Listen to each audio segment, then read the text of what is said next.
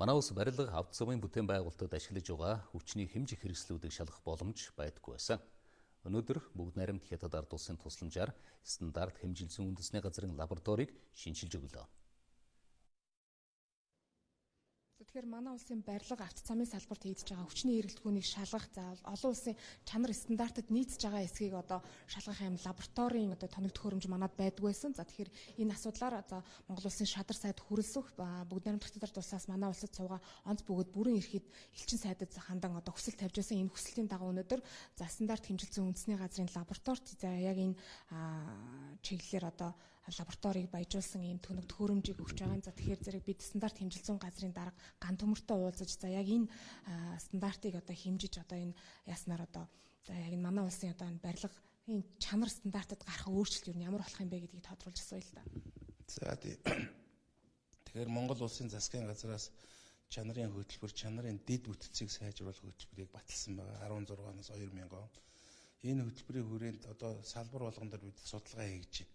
Аль салбарын бүтээгдэхүүний чанар аюулгүй байдал зөрчилтэй байна уу? Энийг хангахын тулд хэмжүүр хэмжих хэрэгсэл стандартчлаар яаж хангах вэ гэж. За бидний судалгаагаар авч үзэх юм бол саяны өөрөө ярьдаг чинь авто зам, уул уурхай, барилгын материалын чанар аюулгүй байдлын гол үзүүлэлтүүдийг үздэг, багаж хэрэгслийг, эталоныг баталгаажуулдаг, калибров хийдэг ийм Монгол улсын эталон бол дутагдaltaй харагдсан.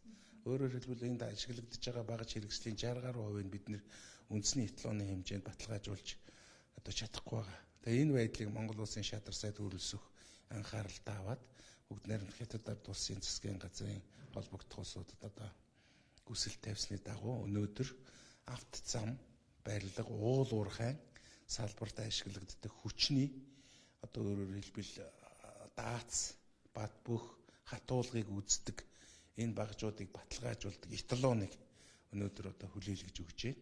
Лабораторийн хамт өөрөөр хэлбэл энэ дээр байгаа багаж хэрэгслүүд бол ашигласнаар дөрөвний хэлдгээр бид нэр үзэж чадахгүй байгаа бүх багажуудыг баталгаажуулна гэсэн. Өөрөөр хэлбэл баталгаатай багажаар замын чанарыг хянана, барилгын материалын чанар хянана, уул уурхайн ашиглагдж байгаа бас аюулгүй байдлын үзүүлэлттэй холбогдолтой даацын үзүүлэлтүүдийг хянах.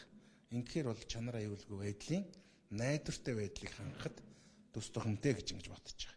За энэ төслийн хүрээнд бол тоног төхөөрөмжийн нийлүүлсээс гадна боловсон хүчний чадхыг бас дээшлүүлж байгаа. Бүгд найрамд Хятад ард улсын хэмжил зүй хүрээлэнд энэ багажнуудыг ашигладаг мэрэгжлийн боловсон хүчнийг бас сургасан байгаа. Сургаж байна. Хүчний үнийг нэмж ажлын байраар хангах боломжтой. За энэ бол яг манай энэ механик хэмжүүрийн өөрөөр хэл баталгаажлалтын өөрөөр бид нэр лабораторитой хүчин чадлыг нэмэгдүүлж гин гэсэн. Өөрөөр хэл бид бол энэ даацын, масын бүхэл төрлийн багаж хэрэгслүүд биднэр байгаа.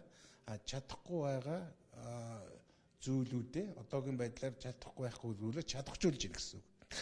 Тэгэхээр зэрэг нэг 20% нэмэгдэж байгаа боловсон хүчний чадвар. Тий. Өртөг мөнгөний хувьд ямар байдлаар шийдэгдсэн бол? За өртөг мөнгө нь 200 мянган юаны хэмжээний ийм багаж хэрэгсэл гэж байгаа. Тийм.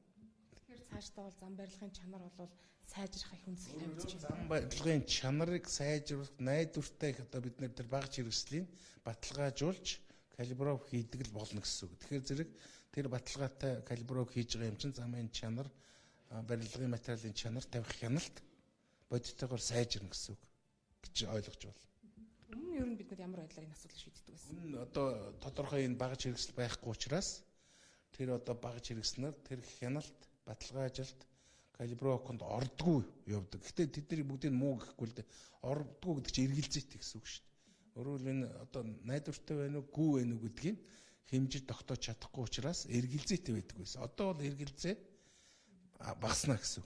Тэр байгууллагууд энийг хамруулна. 500 гаруй судалгаагаар багаж хэрэгслүүд байж байгаа. Тэгэхээр энэ 500 гаруй багаж хэрэгслийг ээлж дараатаагаар энэ хяналтанд хамруулна гэсэн үг тийм. За баярлалаа. Тэгэхээр бид стандарт хэмжил зүйн газрын дарга ган төмөртөө ярилцаж энэ зам барилгын чанарыг сайжруулах боломжийн талаар ярилцлаа.